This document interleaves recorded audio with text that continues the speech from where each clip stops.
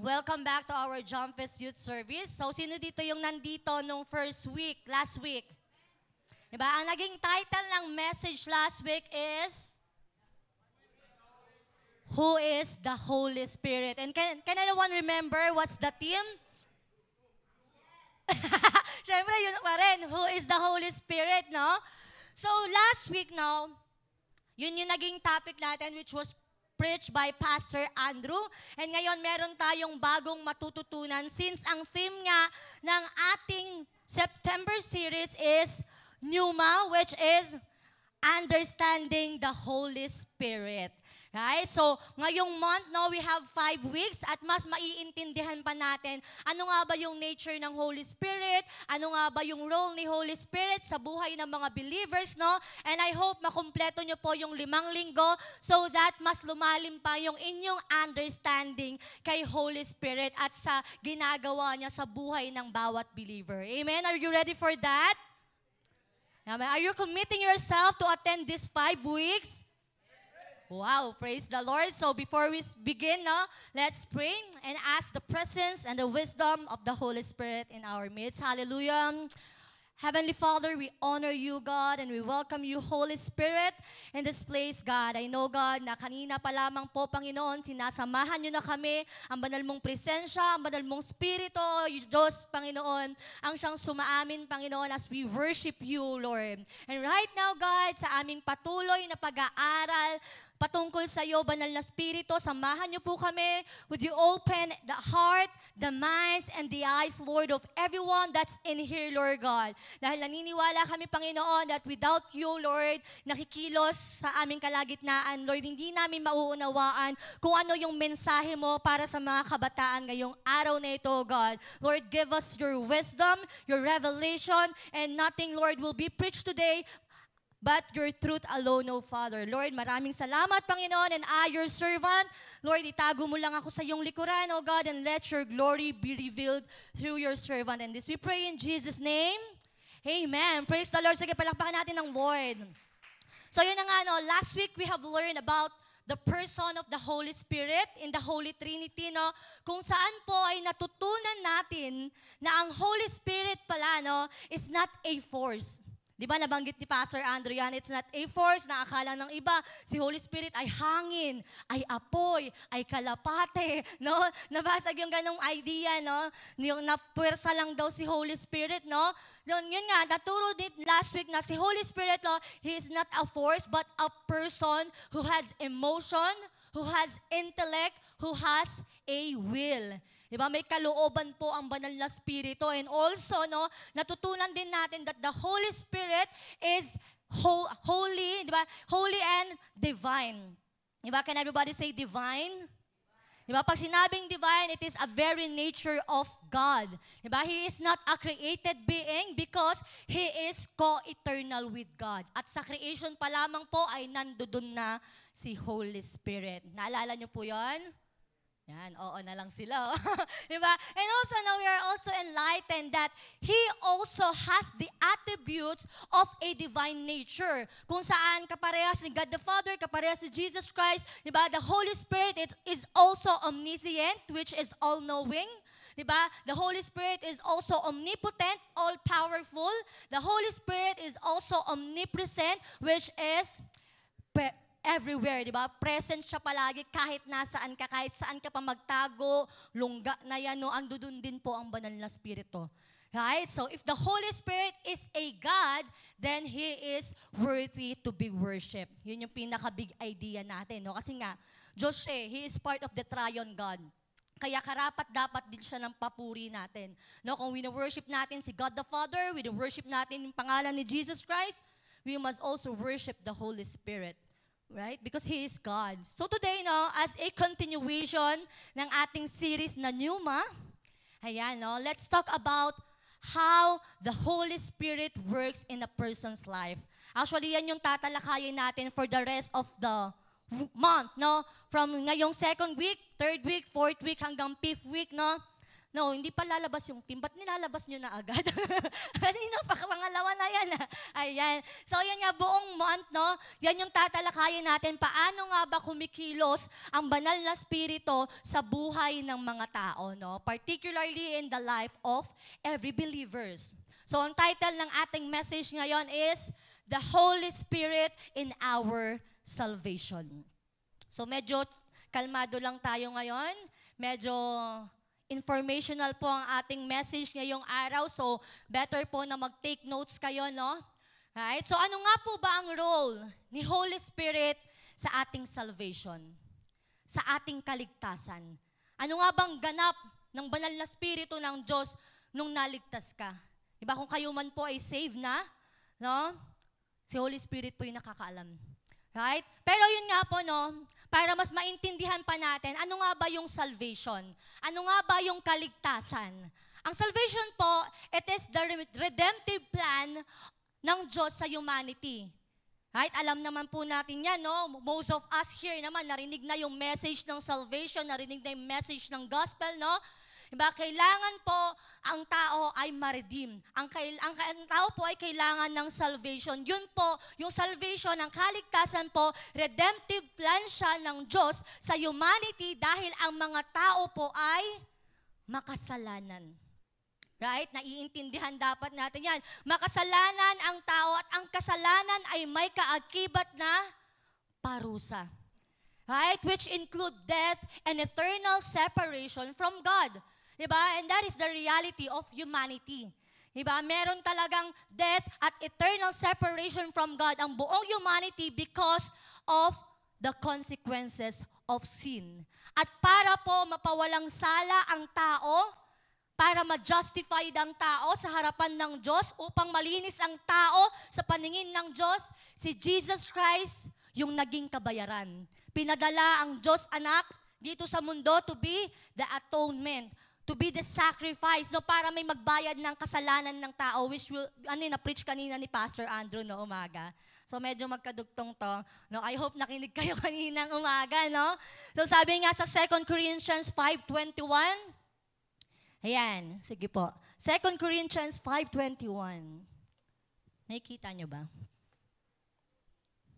Ayan, God made Him who had no sin to be sin for us so that in Him we might become the righteousness of God. So yun po yung naging ginawa ni God the Father, no, in order for the humanity na mapawalang sala, na ma-justified, na maging righteous sa harapan ng Diyos, no?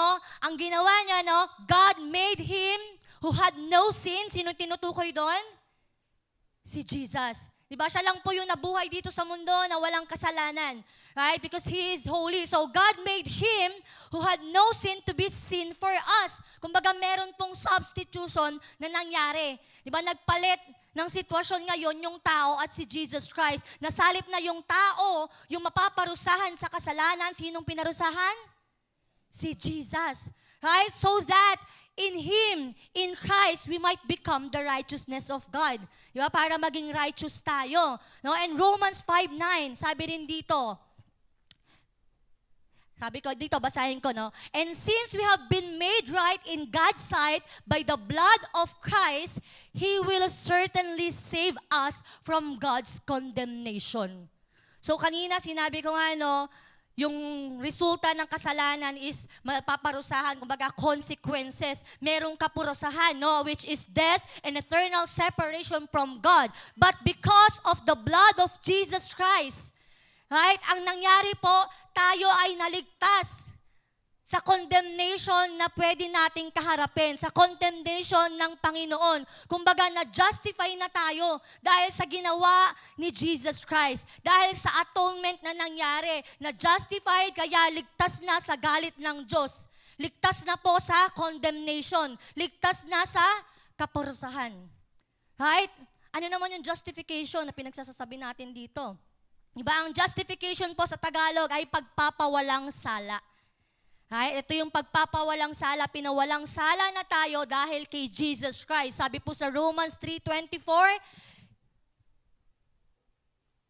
yun, mabilis. And are justified freely by His grace through the redemption that came by Jesus Christ. Sa translation na nandito, hindi ko lang nasulat, no? Yet God freely and graciously declares that we are righteous. He did this through Christ Jesus when He freed us from the penalty of our sins.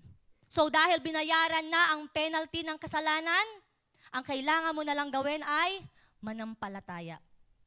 Right? Manampalataya sa Panginoong Hesus para sa iyong kaligtasan, para sa salvation mo. So ang tanong ngayon, asan si Holy Spirit dyan? Bakit ang dami mo nang sinabi dyan? 3 minutes ka na yata, hindi ko pa nakikita si Holy Spirit dyan. Ang title natin, The Holy Spirit in Our Salvation, no? Diba? Nasaan nga ba si Holy Spirit doon? Yung redemptive plan pala, yung salvation pala, yung pagpapadala pala kay Jesus Christ dito sa mundo, no? Na pinadala siya ng Diyos Ama dito sa mundo upang mamatay, upang maging kabayaran sa ating kasalanan. So, nasaan doon si Holy Spirit? Anong ganap ni Holy Spirit doon? Makinig. In the first place, walang Savior na darating dito sa mundo kung hindi sa kaparaanan ng banal na Espiritu. Matthew 1:20-21. Okay, basahin po natin, no? Matthew 1:20-21.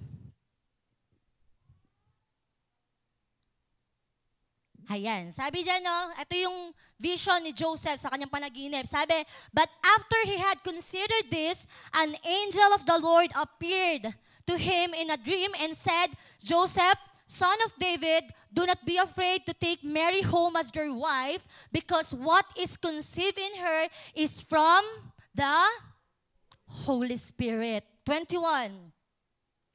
She will give birth to a son, and you are to give him the name Jesus, because he will save his people from their sin. Ano pa? Luke 1:35. Ito naman yung word kay Mary. Luke 1:35, NIV. Yan, sabi dyan, the angel answered, the Holy Spirit, sino daw? Lakas ah.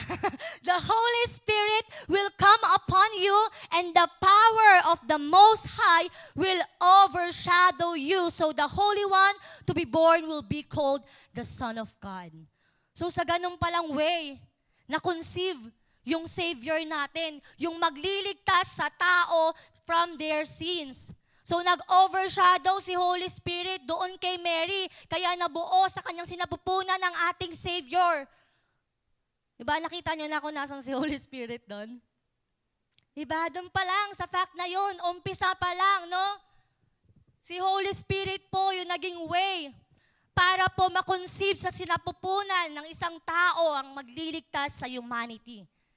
Right? Umpisa pa lang ay hindi na maa-accomplish yung redemptive plan ng Diyos without the Holy Spirit God. Napakalaking role na po nun actually, no? Si Holy Spirit yung nag-cause para maipadala dito sa mundo yung Savior natin. Because of Jesus Christ and the Holy Spirit, ano nangyari sa tao? Naligtas at napawalang sala. Right? Sabi po sa 1 Corinthians 6:11, you were justified in the name of the Lord Jesus Christ and by the Spirit of God. So napawalang sala daw tayo by Jesus Christ and by the Spirit of God. And that is the Holy Spirit. No? So involved po talaga si Holy Spirit sa salvation. Right? So ang theme natin ngayon, no? Yan. Actually, meron pa. Mas marami pa. No? How the Holy Spirit works in the salvation of believers.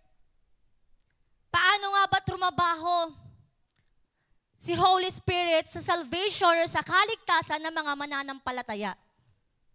Right? Kung kayo ay kiniklaim nyo, you are professing that you're already a believer of Jesus Christ, no, that you have been born again, ito po yung nangyayari. No? Bukod po sa si Holy Spirit ang nag-cause na maipadala dito ang Savior natin sa mundo, no? Paano nga bang ang Holy Spirit din ay kumilos sa salvation ng mga taong nananampalataya sa Diyos? Okay, so let's read yung main text natin ngayong araw na to from John chapter 3 verses 3 to 8. Sige, buksan niyo po yung mga Bible niyo para sure kayong tama yung mga pinagbabanggit ko dito. Baka niloloko ko kayo. Hindi naman, no? So, yan. So, sabi dito, John 3. NIV.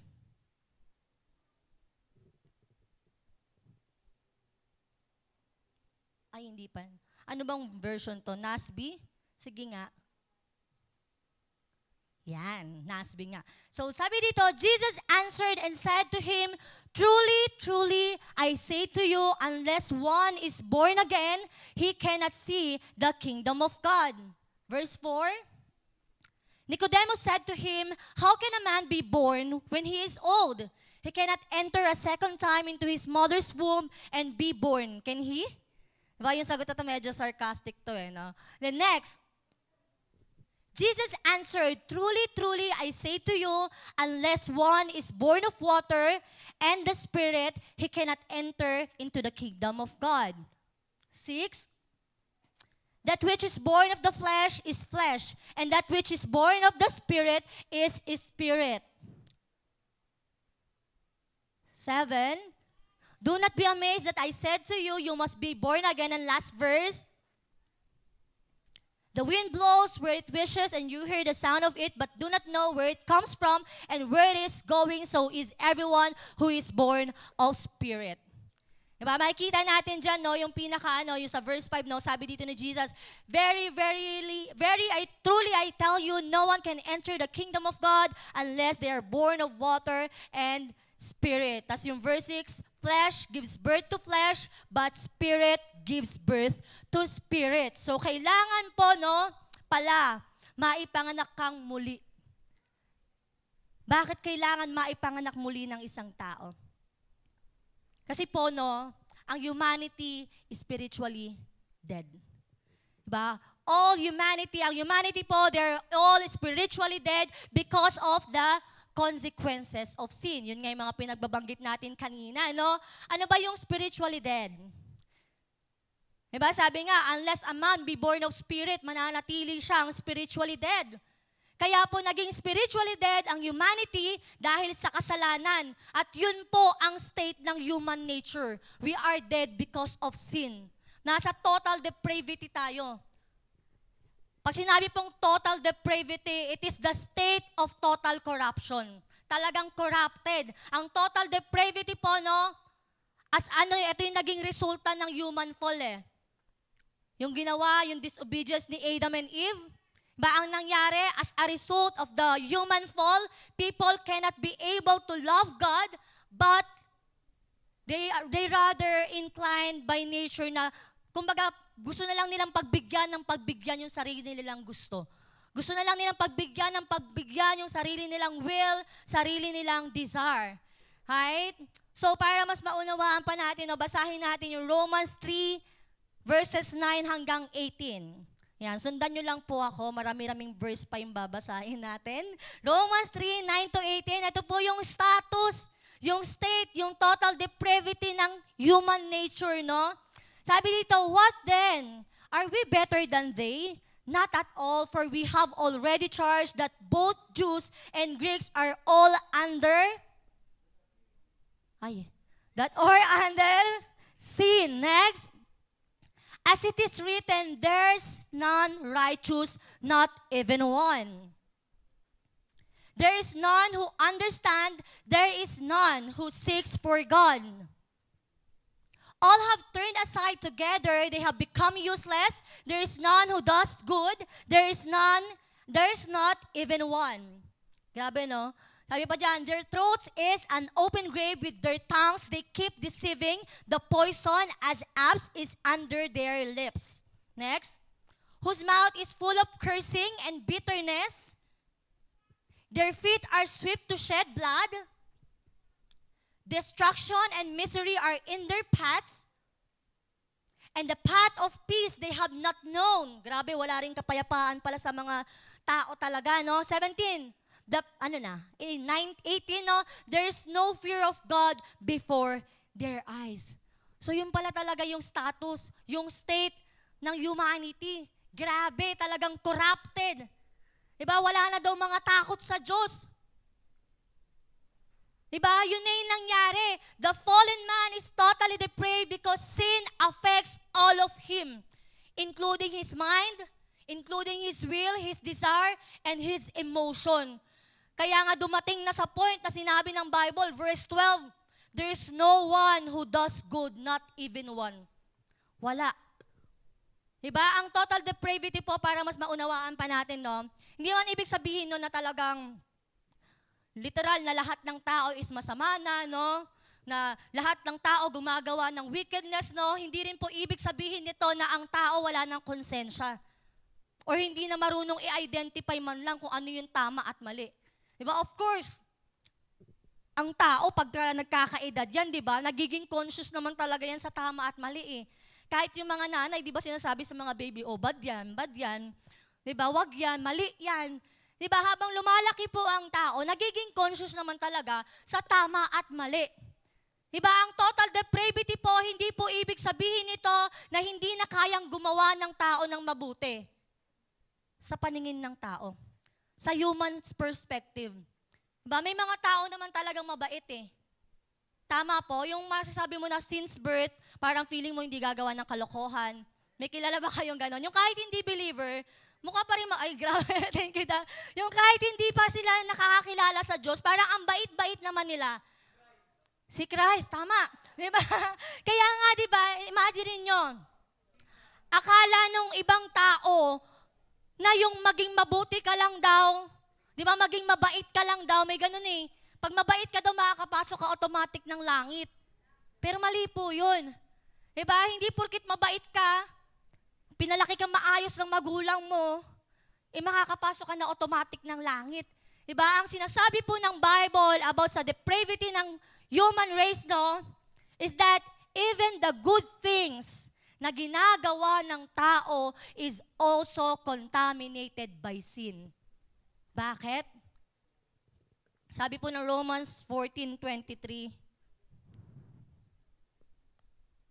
but he who doubts is condemned if he eats, because his eating is not from faith, and whatever is not from faith is sin. Lahat po ng mga bagay na ginagawa ng tao na hindi out of faith, nako-consider pala yung kasalanan. Kaya talagang total contaminated by sin ang human race kahit gaano pa sila kabait. As long as yung ginagawa ng tao is hindi nila ginagawa for the glory of God, hindi nila ginagawa out of faith, it is contaminated by sin. Diba? Imagine that, habang ang mga tao po ay tumitingin sa outward acts. At tinitingnan nila na parang, okay, mabuti to, okay to, maganda tong ginagawa ng tao na to, no? Ang Diyos po, tumitingin from the inside.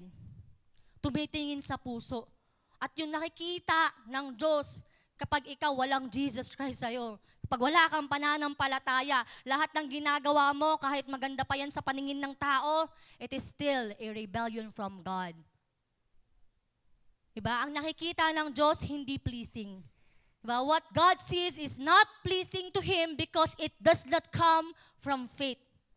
Right? Hebrews 11:6, without faith, it is impossible to please God.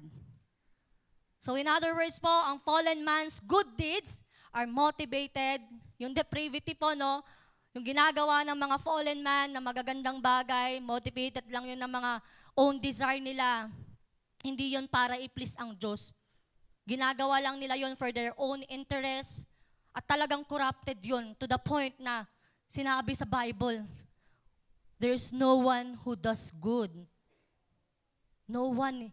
Wala kahit isa. Imagine that. Kaya ang nangyari, no, merong pinadalang Savior dito sa mundo, which is Jesus Christ. Nang sa gayon magkaroon ng pag-asa, nang sa gayon magkaroon ng pagkakataon ng tao na magkaroon ng salvation. Right? John 3:16, kabisado na ng iba yan. For God so loved the world that He gave His only begotten Son, that whosoever believes in Him shall not perish but have eternal life. Amen? Na-spread ang gospel ngayon worldwide. Pinangalap ang mensahe ng kaligtasan nang sa gayon ang humanity, ang mga tao ay magkaroon ng pagkakataon, magkaroon ng chance to respond in faith.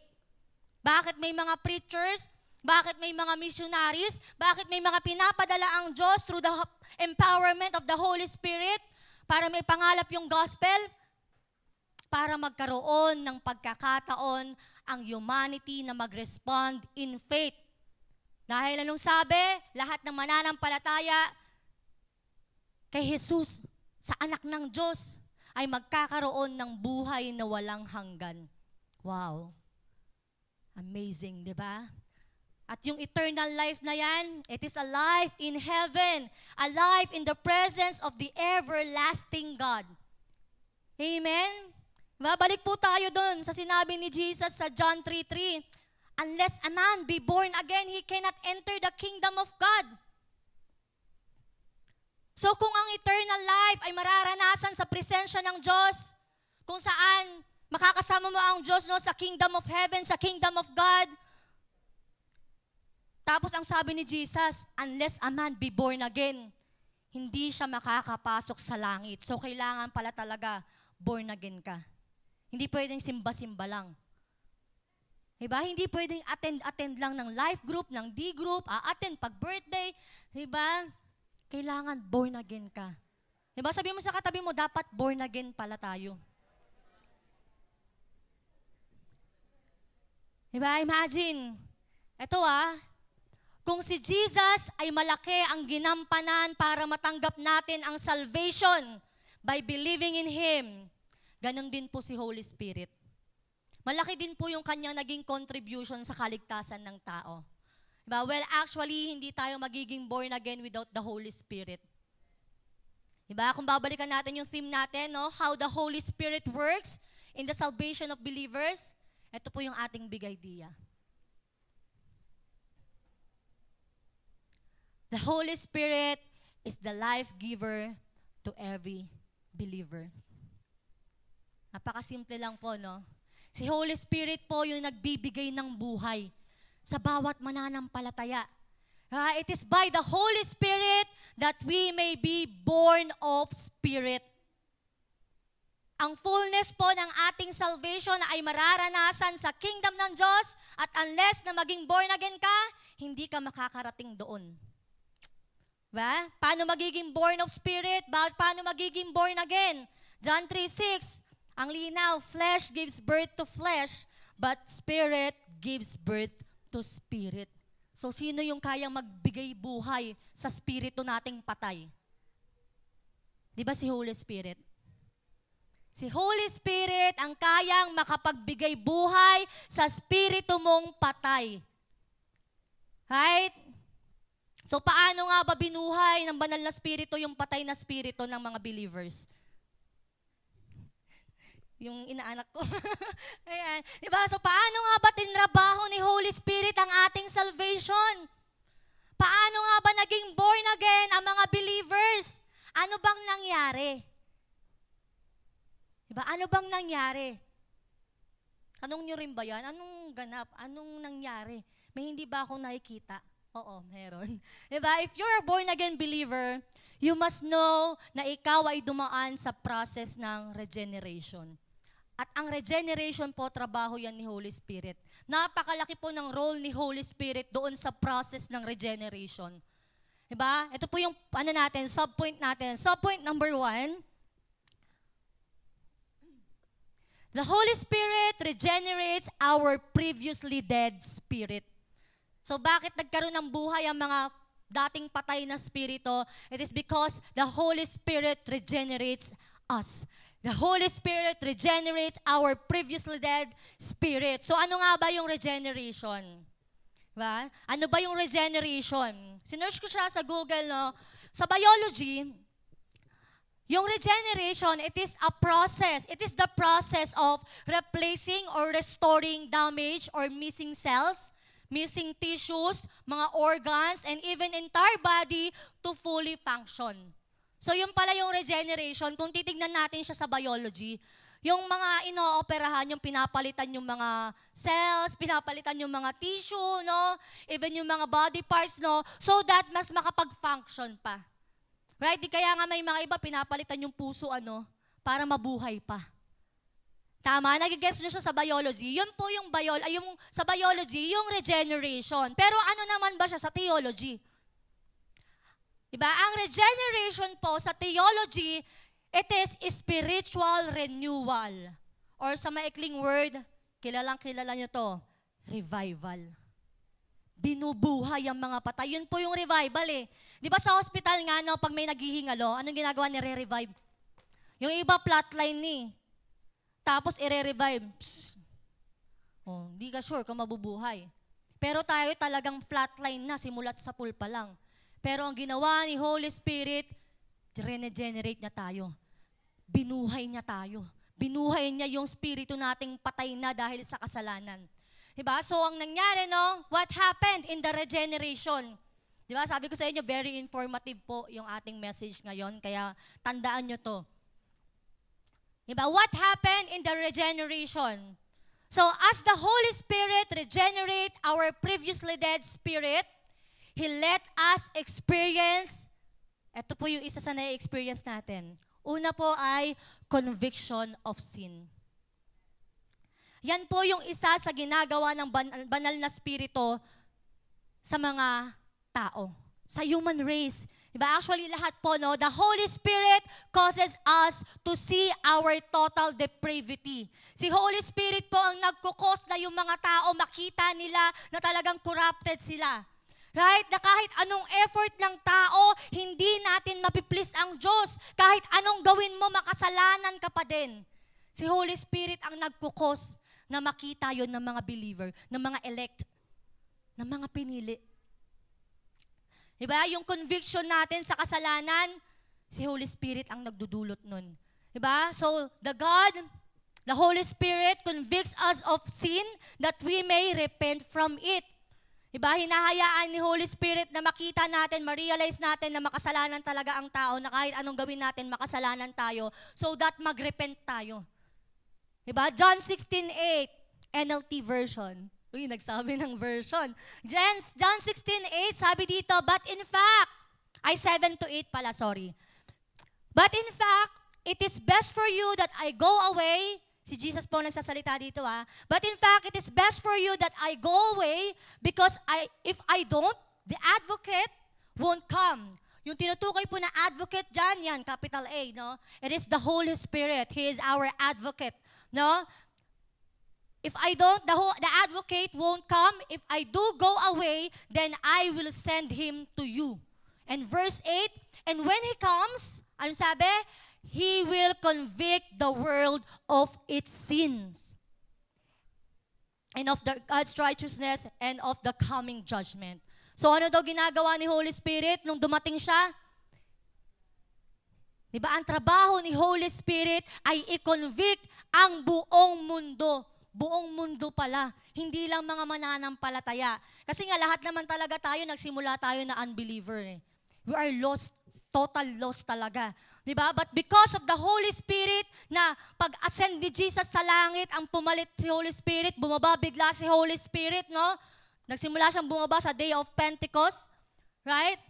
Ang nangyari, ang isa sa trabaho niya is to convict the world of its sin. Para ipakita sa tao yung patungkol sa kasalanan. Para ipakita sa tao na talagang corrupted sila. Yun po yung trabaho ng banal na spirito, to convict the sinners of their lost condition. Right? Yung buong mundo po, they stand guilty before God. Talagang guilty po talaga ang buong mundo. Kasama tayo doon. Sa harapan ng Diyos, no? Guilty tayo. Pero alam nyo po, yung mga lost soul, diba? Even us, meron tayong season ng life natin nung mga lost pa tayo, no? Na hindi talaga natin nare-realize na lost tayo. Ako, dumating ako sa ganung point dati. Hindi ko pa talaga naiintindihan.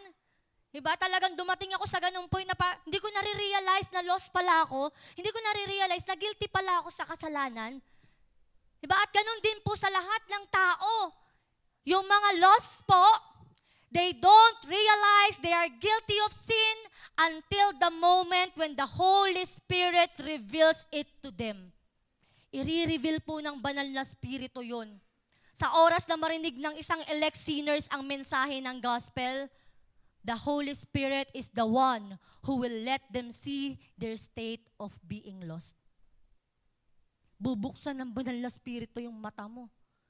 Ba, yung conviction, yung realization mo na ikaw makasalanan, na yung realization mo na deserve mo ng kaparusahan dahil sa galit ng Diyos, trabaho po yun ng banal na spirito. Siya yung nagpakita sa'yo nun. Siya yung nagpa-realize sa'yo nun. Diba? Kasi nga, He came to this world to convict the sinners that they are lost. To convict the sinners of their sin. Diba? Hindi mo lang basta na-realize yun, na makasalanan ka. It is through the conviction of the Holy Spirit na sinabi sa'yo na makasalanan ka, na nagkasala ka. Diba? At ito pa po, no? Ang Holy Spirit po, hindi lang na tayo kinonvict sa ating kasalanan. He also brings us into repentance. Yun yung isa sa tinrabaho ng banal na spirito.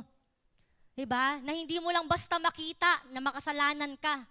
Isa rin sa tinrabaho niya, siya yung patuloy na kumakatok-katok sa puso mo na magrepent ka na. Right? John 11:15-18. Sabi dito, as I began to speak, the Holy Spirit came on them as He had come on us at the beginning. Then I remembered what the Lord had said. John baptized with water, but you will be baptized with the Holy Spirit. So if God gave them the same gift, He gave us who believe in the Lord Jesus Christ, who was I to think that I could stand in God's way. Verse 18, when they heard this, they had no further objection and praised God, saying, so then, even to Gentiles, God has granted repentance that leads to life. Ano daw sabi? God has granted repentance that leads to life. So, Diyos din po pala talaga ang maglilid sa atin sa repentance. Hindi sarili mong desisyon. Hindi mo sariling desisyon na nagrepent ka. Kinonvict ka lang ng banal na spirito. Diba? The Holy Spirit, the convicting power of the Holy Spirit opens our eyes na makita natin yung kasalanan natin. He also open our hearts para tanggapin mo yung mensahe ng gospel na oo, makasalanan ako at kailangan ko ng kaligtasan ng Diyos. Diba? Sa pamaraanan lang po yan ng banal na spirito. Right? It is impossible to repent without the Holy Spirit. So kung ikaw namumuhay ka ngayon sa repentant life, magpasalamat tayo sa banal na spirito. Right? Because it is the Holy Spirit that allows sinners to see their sin and to have a desire to turn away from it. So si Holy Spirit po yung nagkukos nun. Si Holy Spirit po yung nag-aalaw na ang isang makasalanan, makita niya na siya ay makasalanan, at si Holy Spirit din po ang naglagay ng desire sa puso ng isang sinner na talikuran na yung kasalanan na yun. Amen? Pwede bang palakpakan natin ang Holy Spirit? Grabe. Diba? Sobrang nakaka-amaze yung yung work ni Holy Spirit na yun, no? Ano pa po, no? Isa pa sa ginagawa ni Holy Spirit sa regeneration ng isang believer, no? It is faith. Alam niyo po, no, that the Holy Spirit causes us to believe. Kung ikaw man nananampalataya, kung ikaw man nakakalapit ka kay Jesus Christ, kung ikaw nakalapit ka kay Jesus Christ to receive salvation, hindi mo yun kusang ginawa. Hindi ka kusang lumapit. Hindi yun dahil gusto mo lang. Hindi yun dahil desisyon mo lang. It is God who draws you to Jesus Christ. Right? Kaya ka nananampalataya. Yun ay dahil inalaw ng Diyos na makalapit ka sa Panginoon. John 6:44. No one can come to me, sabi ni Jesus, no one can come to me unless the Father who sent me draws him. So wala pong nakakalapit, walang nakakakilala kay Jesus Christ, walang nananampalataya kay Jesus Christ kung hindi iaalaw ng Diyos na makalapit kay Jesus. So salamat sa Diyos kung kilala natin ang Panginoong Jesus.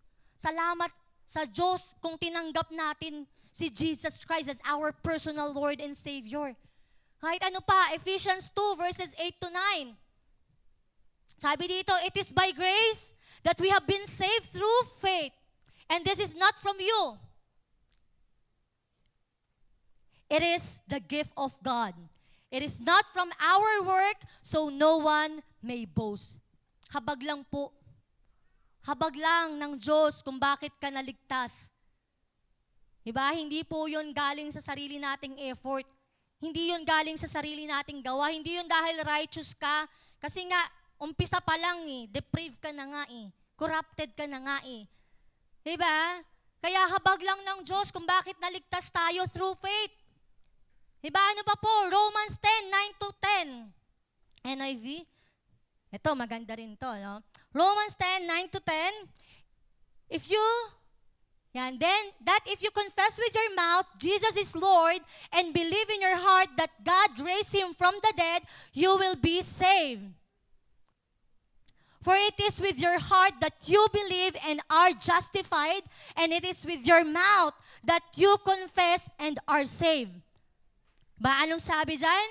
It is with your heart that you believe, and it is by your mouth that you confess, diba? That you confess your faith and are saved. Diba? Nandiwala ka, kinonfess mo that Jesus is Lord at naligtas ka. At ito po, makinig kayo.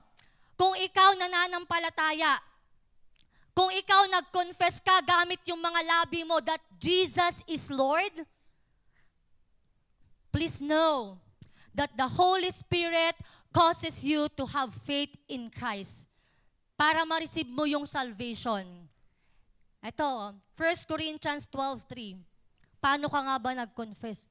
I mean, sino nag-cause sa'yo na mag-confess that Jesus is Lord? Sabi dyan, you know that when you were pagan somehow or others, you were influenced, 12:3.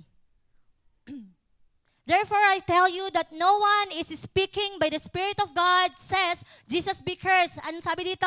And no one can say, Jesus is Lord, except by the Holy Spirit. Hindi ko confess ng isang tao that Jesus is Lord with faith kung hindi dahil sa banal na Espiritu.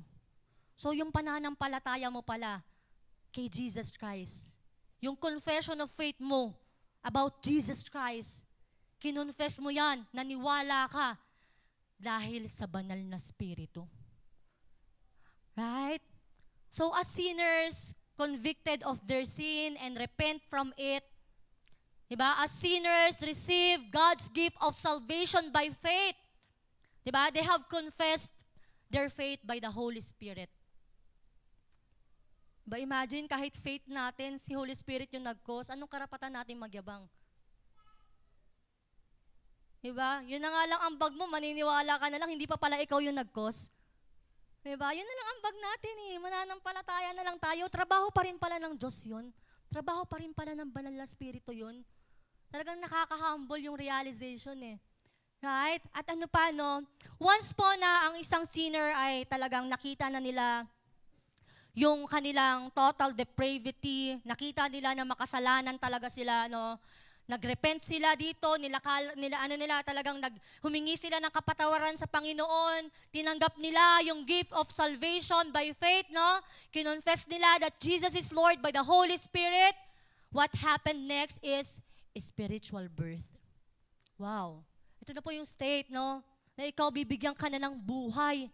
Dahil nakita mo na yung status mo, nakita mo na yung kasalanan mo, nagrepent ka na, nagsorry ka na, no? At nanampalataya ka na kay Jesus Christ. Spiritual birth happens. Binuhay. We became made alive with our union with Christ. Diba? John 3:6-8, no? Balik tayo sa main verse natin. Flesh gives birth to flesh, but the Spirit gives birth to spirit. You should not be surprised at my saying, you must be born again. Unless you are born again, you cannot enter the kingdom of God. And being born again is being born of Spirit. Ba, sabi nga dyan, flesh gives birth to flesh, Spirit gives birth to spirit. So you will be needing the Holy Spirit to be born of Spirit. Right? Kasi tayo, pinanganak naman na tayo naturally. By flesh. Pero dahil patay, dahil sa kasalanan, kailangan mabuhay by Spirit. At kakailanganin mo yung Espiritu ng Diyos so that you would be born of Spirit, no? Diba? Kailangan si Holy Spirit because He is the giver of life. Diba? Yun nga yung big idea natin eh. He is a life giver. Your spiritual life will start as you experience spiritual birth. Binuhay. Nagkaroon ng hininga. Diba? Nangyayari po yung spiritual birth no, as the Holy Spirit dwells in you. Once na mag-dwell na sa'yo ang banal na Espiritu ng Diyos, doon ka magiging born again. Kasi nasa sa'yo na yung nagbigay ng buhay. Nagbibigay ng buhay. Diba? Again, kailangan mong maging born again to enter the kingdom of God. To inherit the kingdom of heaven. And the only one who can cause you to be born again is none other than the Holy Spirit. The Spirit of God Himself. Ibabalikan natin yung big idea natin, no? Sabi dyan, the Holy Spirit is the life giver to every believer. May salvation ka na naranasan, diba? At mararanasan mong mabuhay ng walang hanggan dahil sa trabaho ng banal na Espiritu. Dahil sa tulong mismo ng banal na Espiritu. Right? Binago eh. Nagkaroon ng change of mind eh. Diba? Basahin po natin yung Titus 3:3-6. Daming verse, no? Umay na ba kayo? Sabi dito, Titus 3:3-6, sa NIV po. Sabi dito, at one time, we too were foolish. Minsan po, no, sabi yan, we too were foolish, disobedient, deceived, and enslaved by all kinds of passion and pleasure. We live in malice and envy, being hated and hating one another, but when the kindness and love of God, our Savior, appeared, He saved us. Not because of righteous thing we had done, kasi wala naman talaga tayong righteous thing na nagawa, no? Not because of righteous thing we had done, but because of His mercy. Ano lang daw? Dahil lang sa mercy ng Diyos. Ano pa? He saved us through the washing of rebirth and renewal by the Holy Spirit, whom He poured out on us generously through Jesus Christ, our Savior. So, nung pinur out si Holy Spirit sa atin through Jesus Christ, nagkaroon ng rebirth, nagkaroon ng renewal. Diba? Yung dating foolish, yung dating disobedient, na bago, nalinis, na-revive, na-renew. Diba? Yung dating makasalanan natin na nature, na namana pa natin kay Eva at Adan, naputol po sa kindness na binuhos sa atin ng Diyos. God saved us because of His mercy, and He saved us through the washing of rebirth and renewal by the Holy Spirit. So once na tayo ay makaranas ng spiritual rebirth, no? Lapit na tayo matapos. Ito naman yung nangyayari. Once po na ang isang tao ay nakaranas na ng spiritual rebirth, paano mo magiging sigurado ngayon na ligtas ka talaga? Paano mo masisigurado ngayon na talagang justified ka, na talagang saved ka, na talagang napawalang sala ka? Diba? Ano yung assurance na born again ka? Diba? Ito po yung subpoint number 2 natin. No? The Holy Spirit positions us into the family of God. Isa po ito sa nangyayari kapag ang isang sinner ay na-born again. Dahil tayo pong mga saved, justified na, napawalang sala na, ang nangyari po, na-restore yung relationship natin sa Diyos. Naging anak na tayo ng Diyos. Right? Nung na-restore yung relationship natin sa Diyos, hindi lang basta relationship yon, sonship yon. Nakapasok ka sa pamilya ng Diyos, naging anak ka ng Diyos. At si Holy Spirit po, yung indication na ikaw ay talagang ligtas na.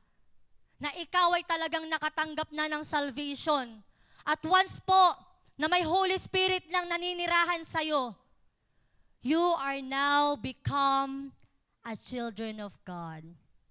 Anak ka na ng Diyos kung may Holy Spirit nang naninirahan sa'yo. Right? It is the Holy Spirit that positions you into the family of God. Right? Romans 8:15-16. Romans 8:15-16, the Spirit you receive does not make you slaves so that you live in fear again. Rather, the Spirit you receive brought about your adoption to sonship. And by Him, we cry, Abba, Father. Ano pa sabi? The Spirit itself bears witness with our spirit that we are children of God. Wow. Anak tayo ng Diyos kung nasa atin ng banal na Espiritu. Siya mismo yung witness. Di mo kailangan ipaglaban yan. Witness mo si Holy Spirit. Pag may Holy Spirit ka, siya na bahala mag-testify na anak ka talaga ng Diyos. Right? It is clear, no, that the Holy Spirit that dwells in you positions your adoption to sonship. It is also by the Holy Spirit that we can call God Abba, Father. Ang sarap mag-pray, no, pagka ginagamit mo yung word na Abba, Father. Right? Very personal yung atake. Right? At si Holy Spirit din mismo yung mag-witness, no, na ikaw ay isang anak ng Diyos at kabilang ka na sa pamilya ng Diyos. Kung anak ka na ng Diyos, no? And ito pa, kung ikaw kabilang ka na sa pamilya ng Diyos, kung ikaw ay anak ka na ng Diyos, no, of course, isa ka sa babalikan ng Panginoong Jesus sa kanyang second coming. Hindi niya babalikan yung mga hindi anak ng Diyos. Yung mga hindi anak ng Diyos na madadatnan ni Jesus Christ sa second coming, sila yung mapupunta sa eternal condemnation. Pero lahat po ng mga anak ng Diyos, sila yung mga babalikan. Sila yung totoong may pag-asa. Right? And speaking of second coming, alam niyo po ba na si Holy Spirit din yung seal natin on the day of judgment? Sa second coming, no? Ito yung third point natin and this will be the last point. The Holy Spirit secures us until the day of Jesus Christ. Grabe. Diba? Sure ang salvation mo kung nasa iyo pala si Holy Spirit. Sure na sure, walang duda. Kumbaga si Holy Spirit yung ating assurance. Si Holy Spirit yung assurance natin na hindi na talaga mawawala ang salvation sa atin. Kung talagang nanampalataya ka, kung talagang born again ka, hindi mawawala ang salvation sa'yo. The Holy Spirit certifies the authenticity of your acceptance by God as being genuine believer. No? Kung naging tanong nyo na minsan kung nawawala ba yung salvation, ang sagot po hindi. Hindi nawawala ang salvation sa mga tunay na tumanggap ng salvation. Hindi mawawala yun. Ang mga tunay na tumanggap ng salvation by faith in Christ, kaya hindi mawawala ang salvation sa'yo kasi nagdwell na ang banal na Espiritu sa'yo. At si Holy Spirit na yung assurance na isa ka sa babalikan ng Diyos pagdating ng second coming. Ang sarap isipin, no? 1 Peter 1:5, the inheritance is kept in heaven for you. Gaabang na lang yan. Dadalhin ka na lang dun ng Panginoon, no? Who through faith are shielded by God's power until the coming of the salvation that is ready to be revealed in the last time. Iba ano pa? 2 Corinthians 1:21-22. Sabi din dito, no? Now, it is God who makes both us and you stand firm in Christ. He anointed us, set His seal of ownership on us, and put His Spirit in our heart as a deposit. Uy, may deposit. Diba? As a deposit, guaranteeing what is to come. So si Holy Spirit po na nilagay sa atin, na nasa atin, nag-dwell sa atin, siya yung seal of ownership ng Diyos sa atin. Right? Ginagaranti no yung ating kahihinatnan pagdating ng second coming ni Jesus Christ. Ano pa? Ephesians 4:13. Sabi dito, do not grieve the Holy Spirit of God, with whom you were sealed for the day of redemption.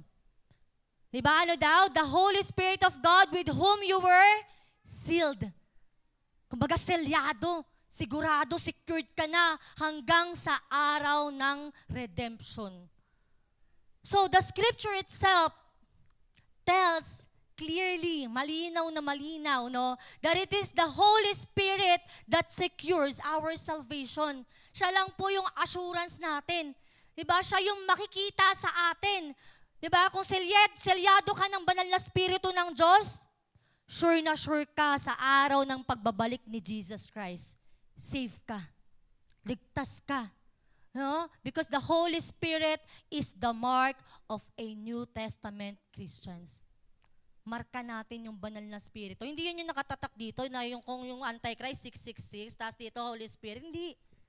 Kita ng Diyos kung mayroon kang banal na spirito. Right? So for our conclusion, no? Babalikan lang po natin yung tatlong point natin. Ano nga yung tatlong points natin? So una, the Holy Spirit regenerates our previously dead spirit. And number 2, the Holy Spirit positions us into the God's family. Number 3, the Holy Spirit secures us until the day of Jesus Christ. Diba? Napaka-sarap isipin, no? The Holy Spirit is the most forgotten person of the Holy Trinity, but He actually did great part in the salvation of every believer. We must be thankful of the Holy Spirit. Kasi kung hindi dahil sa amazing work ni Holy Spirit sa buhay natin, hindi man natin matatanggap yung salvation na in-offer sa atin in the first place.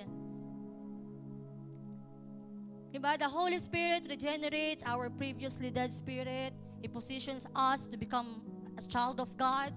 Tapos sinisecure pa niya tayo hanggang sa pagbabalik ni Jesus Christ.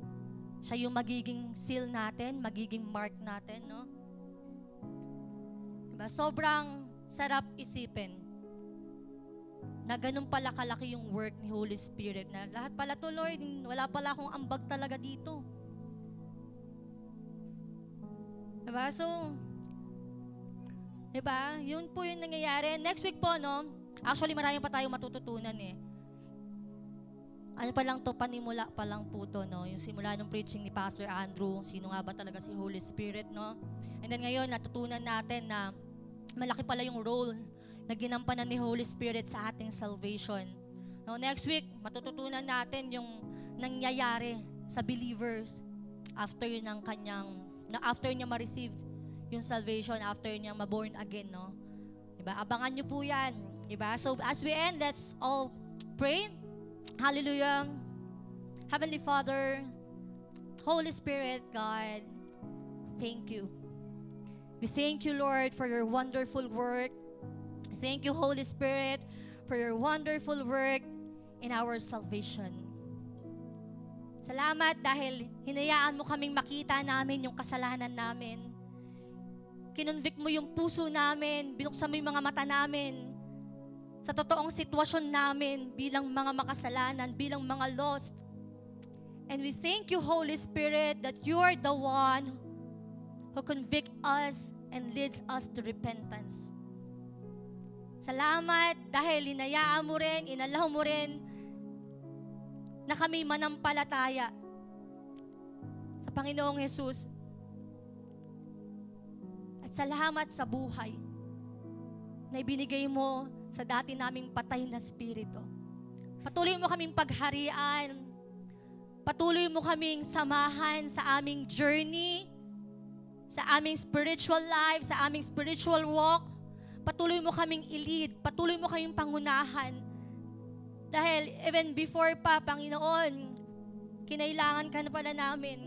And even ngayon, na binuhay mo ang aming spirito, patuloy mo pa kaming samahan. Nang sa gayon, malakaran namin ang kalooban mo. Let us be sensitive on your leading. Let us be sensitive on your voice so that we may follow you wherever you wanted us to go. We thank you, God. We thank you, Father. We thank you, Jesus. We thank you, Holy Spirit. And this we pray in the mighty name of Jesus Christ. Amen.